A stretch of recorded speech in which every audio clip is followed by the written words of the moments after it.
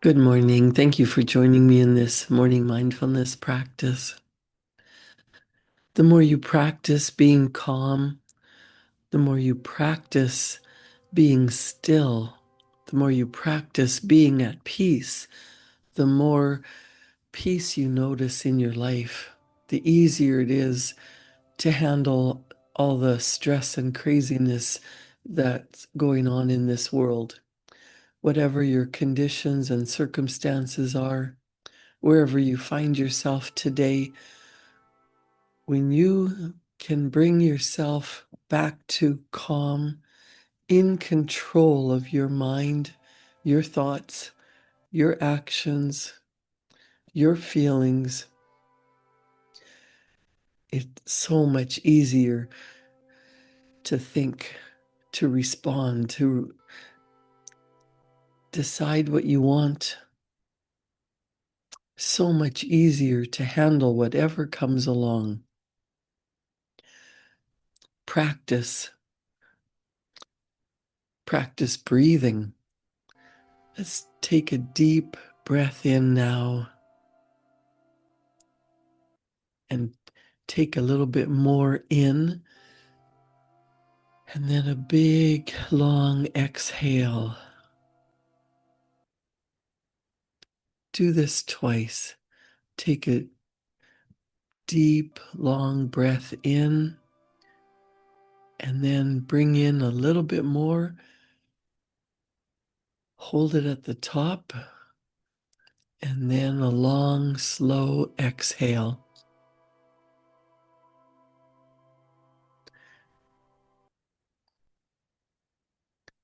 You can do that kind of breathing, or you can take 3 deep, long breaths and hold it at the top and then slowly exhale.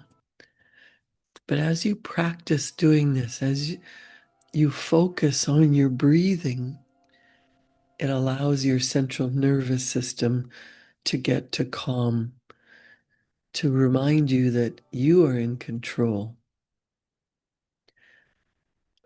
When you're in control of how you think and how you feel, the world opens up. A world of possibilities is available to you. Think about what you really want. If you're feeling stressed and crazed and worried about everything that's going on around you, you're not feeling calm and peaceful. When you are at peace, solutions come to you, ideas flow into your mind. Then you can think about what you really want. When you're filled with anger and stress and worry and doubt, you're so tight, you can't think clearly. When you get to well-being, life just flows easily, effortlessly. More good comes to you because you're more open to receive. Your energy is expansive.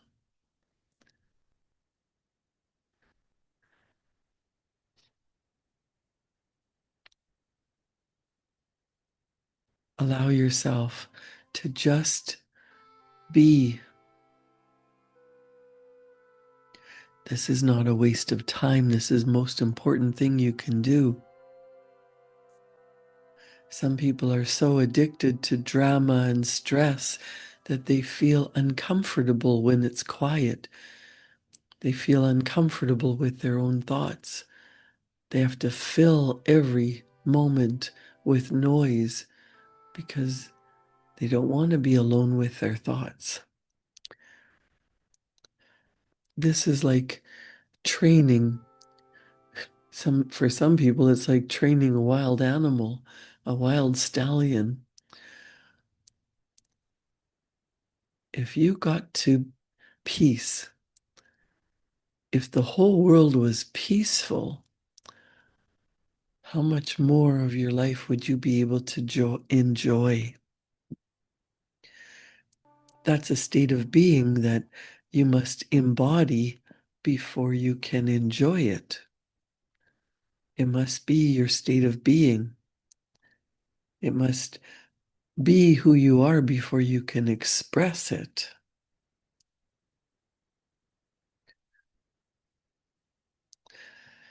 I'm going to read from Neville Goddard's The Power of Awareness, Chapter 12, Subjective Control. Neville says, your imagination is able to do all that you ask in proportion to the degree of your attention. All progress, all fulfillment of desire depend upon the control and concentration of your attention. Attention may be either attracted from without or directed from within. Attention is attracted from without when you are consciously occupied with the external impressions of the immediate present. The very lines of this page are attracting your attention from without.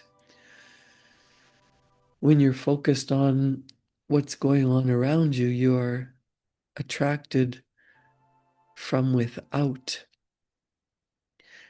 Your attention is directed from within when you deliberately choose what you will be preoccupied with mentally. It is obvious that in the objective world, your attention is not only attracted by, but is constantly directed to external impressions. But your control in the subjective state is almost non-existent.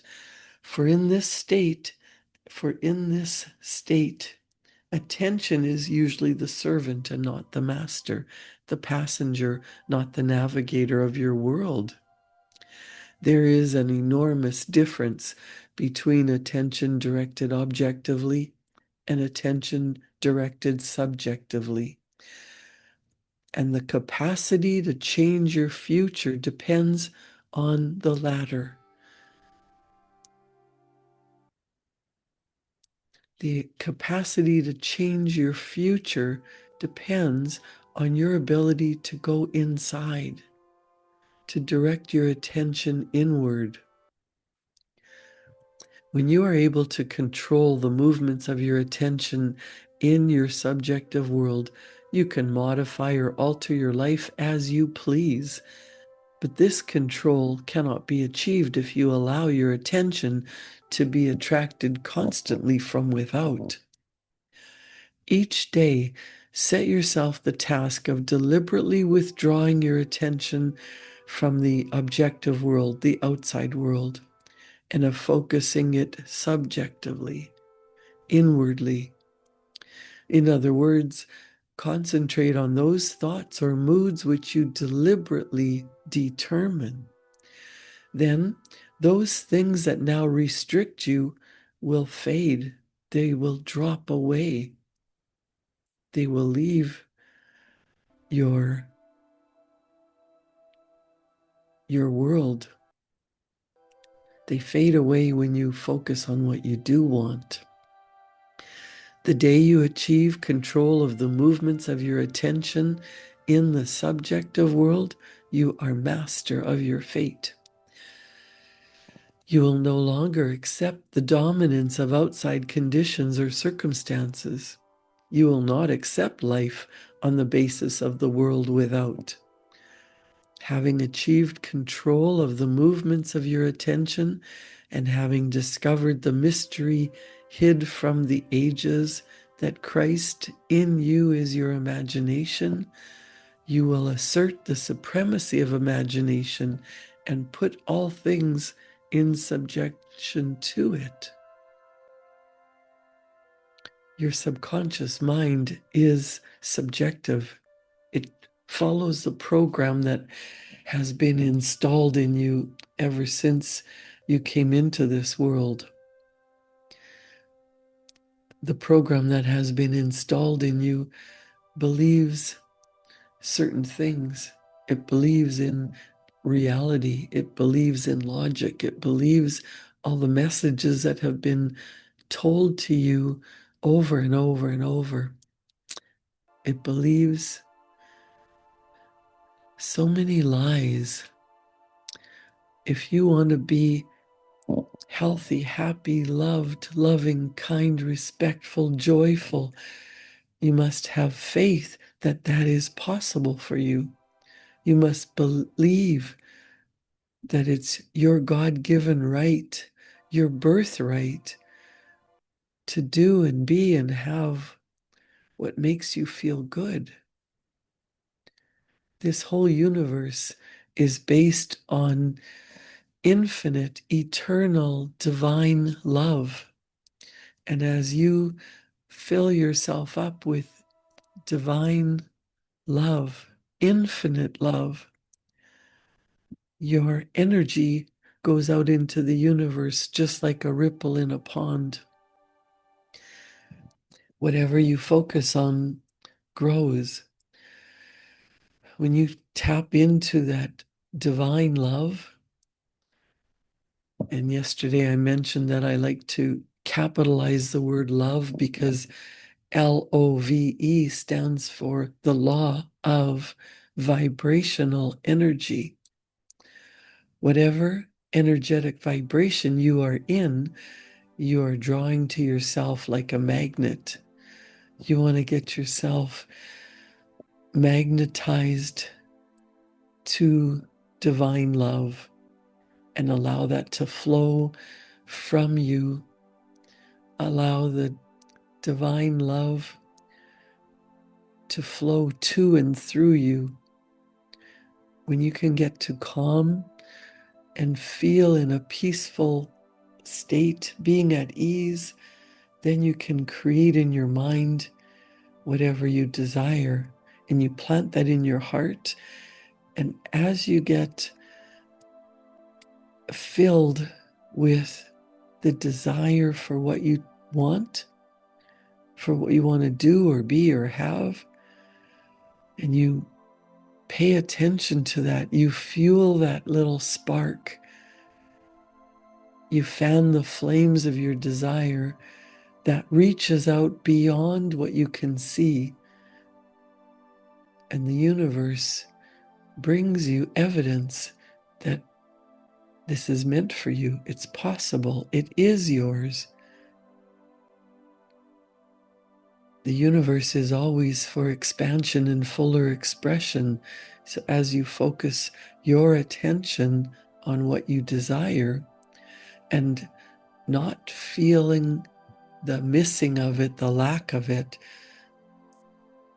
but what it's like to be that, to have that. What would it be like to be in the loving, caring relationship that you desire? How would you be acting? How would you be living your life if you didn't have to worry about your bills, about finances, about time? You were just totally focused on your purposeful work, placing your attention on infinite. Choose one thing that you want more than anything and feel how it will feel to be that, to be wealthy, to have so much time freedom and the money to enjoy your freedom. What kind of purpose do you have in mind? Who would you be helping? Because if you had all the time in the world at your leisure, you would get bored just being leisurely. You would want to fill your day with something that you enjoy. In your heart, what would you be doing? Would you be looking after underprivileged children?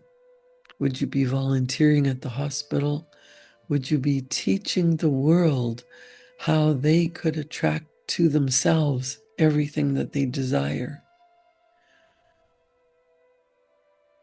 What does purposeful work mean to you?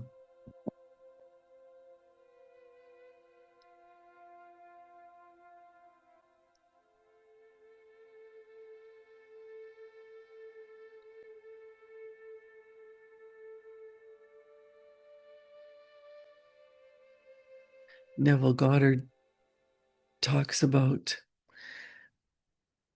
you must be in order to do.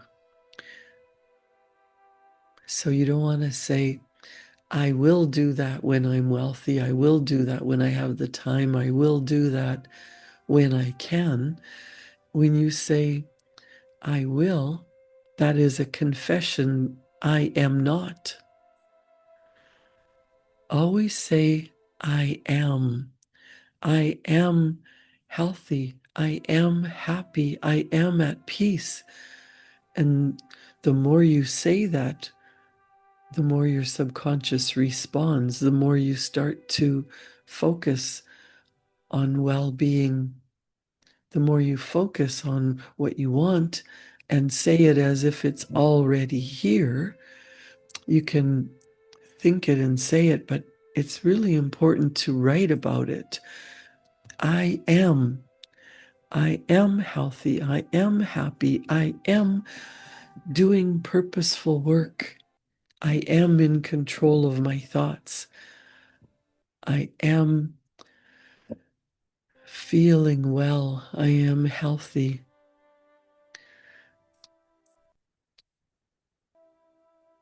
Until you realize that the words that you speak become your life. Assume that the best is yours. In chapter 21 on free will, Neville Goddard says, I will be is a confession that I am not. The Father's will is always I am. Until you realize that you are the I am and your infinite self is that I am, your will is always I will be. In the law of assumption, your consciousness of being is the Father's will. The mere wish without this consciousness is the my will. This great quotation, so little understood, is a perfect statement of the law of assumption. It is impossible to do anything. You must be in order to do. If you had a different concept of yourself, everything would be different. You are what you are, so everything is as it is. The events which you observe are determined by the concept you have of yourself. If you change your concept of yourself, the events ahead of you are altered in time, but thus altered, they form again a deterministic sequence starting from the moment of this changed concept. You are a being with powers of intervention which enable you by a change of consciousness to alter the course of observed events. In fact, to change your future. Neville tells us to deny the evidence of the senses and assume the feeling of the wish fulfilled.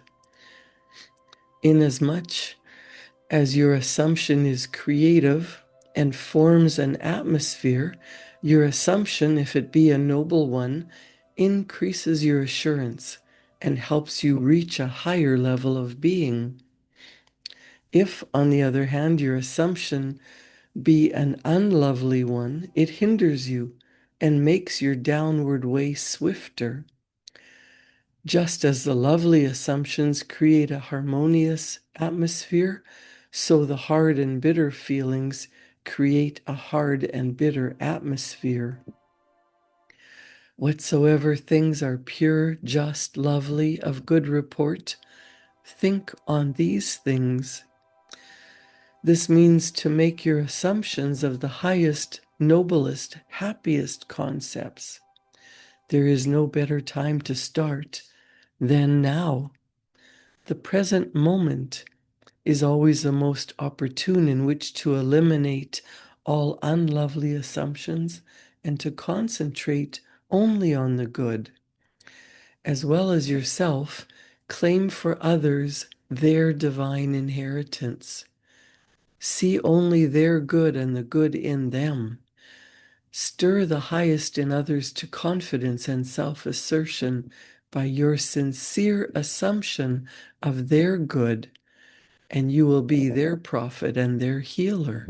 For an inevitable fulfillment awaits all sustained assumptions. You win by assumption what you can never win by force. An assumption is a certain motion of consciousness. This motion, like all motion, exercises an influence on the surrounding substance, causing it to take the shape of, to echo, and to reflect the assumption. A change of fortune is a new direction and outlook, merely a change in arrangement of the same mind, consciousness. If you would change your life, you must begin at the very source with your own basic concept of self. Outer change, becoming part of organizations, political bodies, religious bodies, is not enough. The cause goes deeper. The essential change must take place in yourself, in your own concept of self. You must assume that you are what you want to be and continue therein, for the reality of your assumption has its being in complete independence of objective fact and will clothe itself in flesh if you persist in the feeling of the wish fulfilled. When you know that assumptions, if persisted in, harden into facts, then events which seem to the uninitiated mere accidents will be understood by you to be the logical and inevitable effects of your assumption. Neville goes on to say the important thing to bear in mind is that you have infinite free will in choosing your assumptions, but no power to determine conditions and events. You can create nothing, but your assumption determines what portion of creation you will experience. What do you assume? It is only what is done now that counts.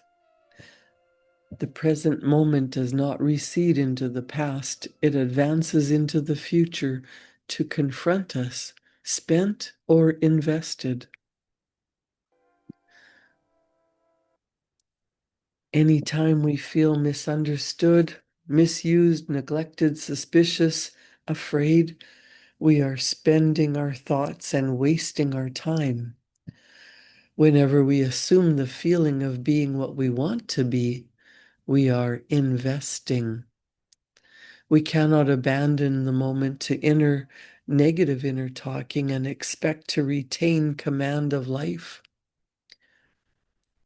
Before us goes the results of all that seemingly is behind. Not gone is the last moment, but oncoming. The circumstances of life are the muffled utterances of the inner talking that made them, the word made visible.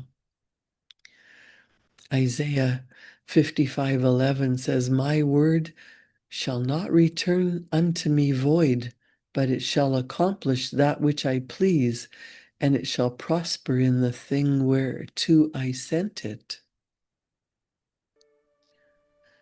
The word of God is the mind of man. Feed God only the best. Whatsoever things are of good report, think on these things. That's from Philippians 4:8. The words that you use, the words that you speak, become your life. Speak about what you want as if it's already here. Write about what you want as if you know it's yours. Be confident in the feeling of whatever it is you desire. Be grateful that it's yours. It may not yet be here in physical form, but everything starts in the mind. So as you think and feel and speak lovely thoughts, well-being for yourself and everyone, the universal energy rewards you based on your thoughts, feelings, and actions. What you put out returns to you. The more good you put out, the more fantastic, wonderful, joyful, peaceful things come to you. You can feel healthy, wealthy, happy, blessed in every area of your life. But if you speak ill of others, if you talk about what you don't want, if you focus your energy, your emotion on what you don't want, more of that comes to you because your subconscious mind speaks the language of emotion. Energy in motion, emotion. What goes out comes back. Think about your words, your emotions as a boomerang. What you send out into the universe comes back to you. Be careful of the boomerangs that you're throwing out today. Send out peace to all people, and you will feel peace in your heart. Feel well-being and allow that to accelerate in your life. Take a deep breath in. Decide how you want your day to go today. Believe that it is. Send out that energy of love and peace for all, and enjoy a peaceful, easy day, accomplishing everything that you need to do with faith and understanding. Create a wonderful day. Thank you for joining me in this morning mindfulness practice. Enjoy your weekend. I'll see you back here Monday morning at 7. Thank you.